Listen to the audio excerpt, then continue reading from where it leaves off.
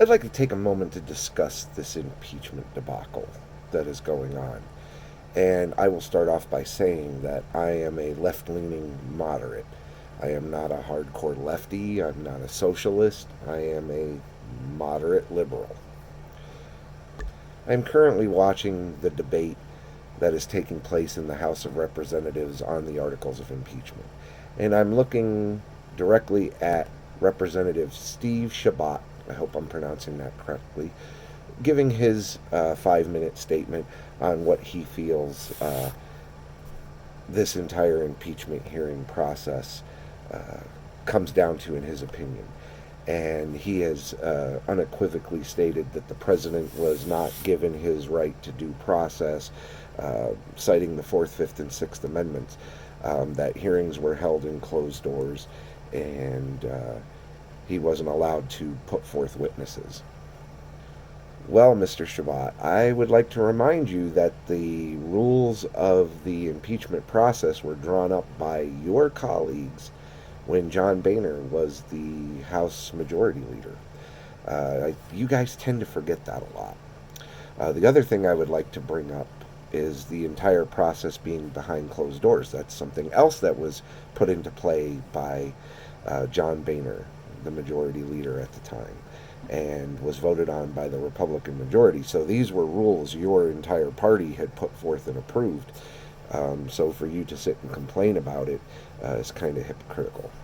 Another hypocritical statement I think that you have put forth is how Donald Trump was not able to put forth any witnesses. He was welcome to bring all kinds of witnesses. I have repeatedly watched the hearings, and I have seen statements given by the White House on not just Fox News, MSNBC, Bloomberg, the Daily Caller, CNN. Um, you pick a network where he said that they will not allow people to testify, they will defy subpoenas, and that they will pretty much consider this a witch hunt. So don't sit and act like this president wasn't given the opportunities. He was given plenty of these opportunities to appear and to put forth his own defense. He chose not to. I would also like to address another thing. This is kind of sort of separated from the impeachment part. During a rally in Hershey, Pennsylvania, our president, Donald J. Trump, sat and told thousands of people that our Federal Bureau of Investigation offices and personnel, the men and women of these offices, are scum. I have never heard or seen that kind of behavior in a president. And I am somebody who actually supported Republicans in the past. And that was, to me, one of the most egregious comments ever made by an elected official holding such a high office, and really shows the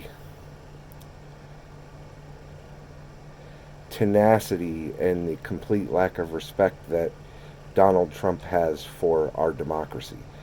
Any president that would ever say such a thing, if that was Barack Obama or even George W. Bush, or what if Ronald Reagan had said it? Oh my God, Americans would have been going ballistic. But no, at his rally, they cheer. I don't like the fact that Donald Trump is the President of the United States. I find him to be a man of very low character, low morals. As a Christian, him claiming himself to be a Christian is actually something that I take as a slight against Christianity. He is as much of a Christian as Satan himself. And it really began to have me question my Christianity when other Christians have come and put forth their support for him and claiming he is the most moral and Christian president of all time, which basically means they think Ronald Reagan was complete garbage. And I think that is a slight not just on Christianity, but to Reagan, who actually pretty much restored American faith in Christianity and brought forth the moral majority during his time. Again, Ronald Reagan was not a president that I 100% agreed with, nor was I old enough to vote for, but I did respect him as a president. Same thing with George Bush Sr. and obviously Bill Clinton, Jimmy Carter. These are the presidents that were in my lifetime. Richard Nixon and Gerald Ford. I never really cared for George W. Bush, but I respected him. I thought at America's deepest, darkest time, which was 9/11, that he did his best to bring the country together and to help us get through one of the most horrific events in history. How he handled everything post 9/11, that's up for a completely different debate. But as a man of character, I would still hold George W. Bush at a higher threshold than Donald J. Trump. For the Trump supporters that claim that this is a sham, I really think you should look in the mirror, because the way you're holding Donald Trump up, you're making him into a false idol. And if you're a Christian, that's called making him you're becoming an idolater. And that is something that is against the Ten Commandments, and is a hell-worthy sin if you believe in heaven and hell.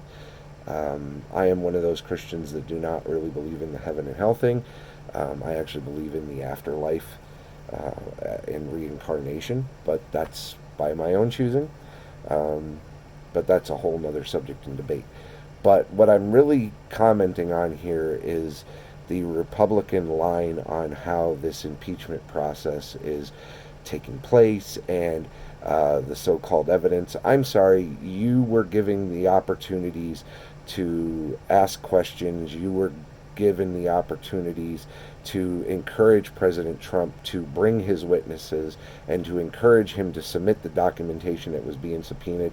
And instead, I saw each of you sit on that hearing panel and push debunked conspiracy theories, and to sit there and continue to hammer the line about Ukraine interfering in the U.S. election. And I'm sorry, it's been debunked by our intelligence communities. And when you sit there and constantly push that line and disrespect our intelligence communities, you are actually weakening America with every attempt at your pushing a false narrative.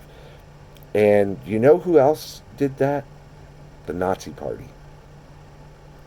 If you look at your World War II history, everything that is going on with the Republican Party and with President Trump is a direct reflection of what occurred as Hitler rose to power. And my biggest fear is that if this is allowed to continue, that we will end up in an America with no more democracy. And I honestly believe that if President Trump isn't removed, he will win re-election, and he will then try to retain complete and total power by disassembling the Constitution and democracy. And I understand everybody is sitting there saying, oh God, that's not going to happen. But what you need to remember is when a party is so entwined with their leader, and that's what he is of the GOP, the leader, they will tend to do what he wants them to do. And if he thinks that he should be president for life, and they are so beholden to him for something, they are willing to probably go along to do with whatever he wanted.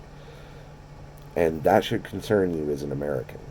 But one of the other things that concerned me the most, and I'm going to wrap this up, was while I was watching some live interviews of the Trump supporters outside the rally in Hershey, Pennsylvania, a state that I happen to be a resident of, is that when one of the residents had said, and the supporters had said, that if they push him out, he says, I will answer and retaliate with my 357.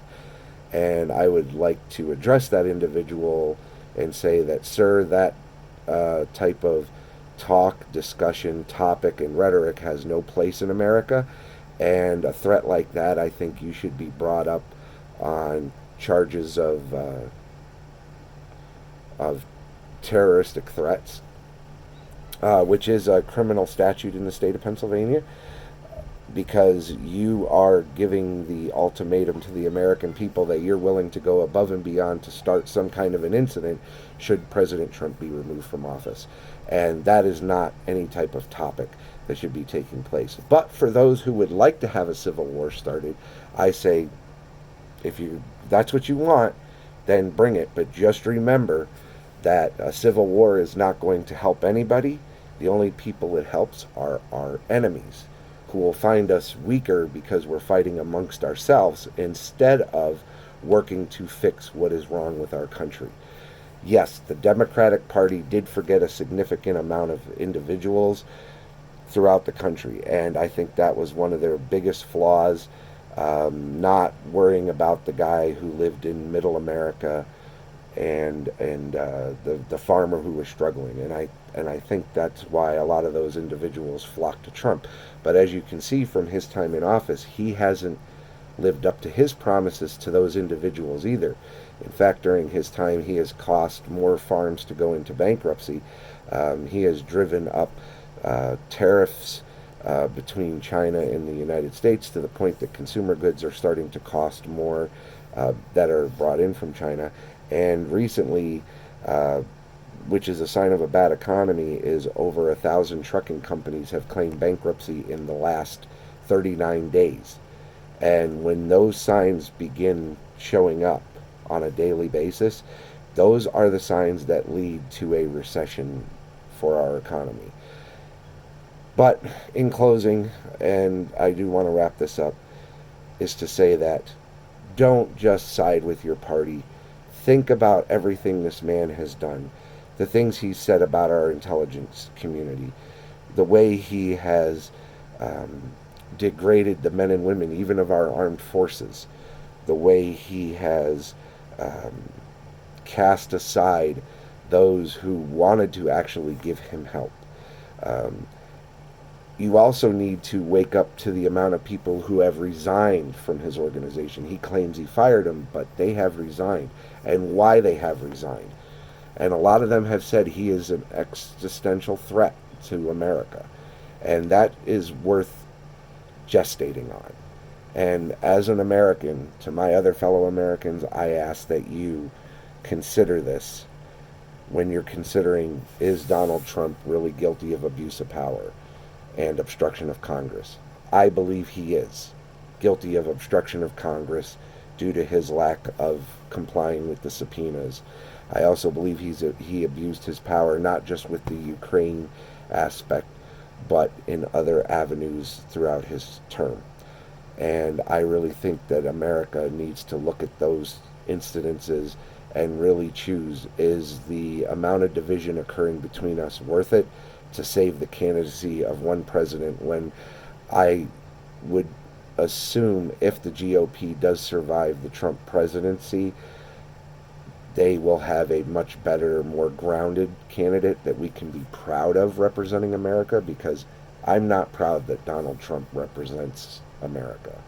I actually find America to be a disgrace because of Donald Trump, and those who support him should look and reflect inside to see the damage he has done to our country. Thank you for allowing me to spend some time talking about this, and I really hope that you will take my little comment here, my opinion, and really use it to reflect on what your opinions and thoughts are on this current situation. I wish you all a very Merry Christmas and a Happy New Year. Thank you for listening to me, and please leave a comment below, and whatever your opinion is, I completely respect it and look forward to hearing it. Thanks, and have a great night.